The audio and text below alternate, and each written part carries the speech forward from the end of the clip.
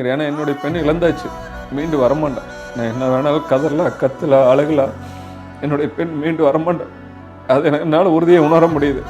இருந்தாலும் என் பெண்ணுக்கு கிடைக்கின்ற இந்த நியாயம் தீர்ப்பு இனி வருங்காலத்தில் உலகம் முழுக்க இருக்கிற பெண்களுக்கு ஒரு மிகப்பெரிய பாதுகாப்பு கேடயமாக அமையணுங்கிறது என்னுடைய கருத்துங்க.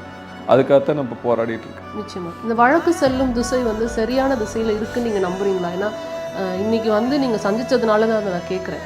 ஒரு தந்தையா இது சரியான திசையில் பயணிக்குதுன்னு நீங்கள் நம்புறீங்களா? அதாவது இதுவரைக்கும் சரியான திசையில் செல்லலைங்கிறது என்னுடைய கருத்துங்க.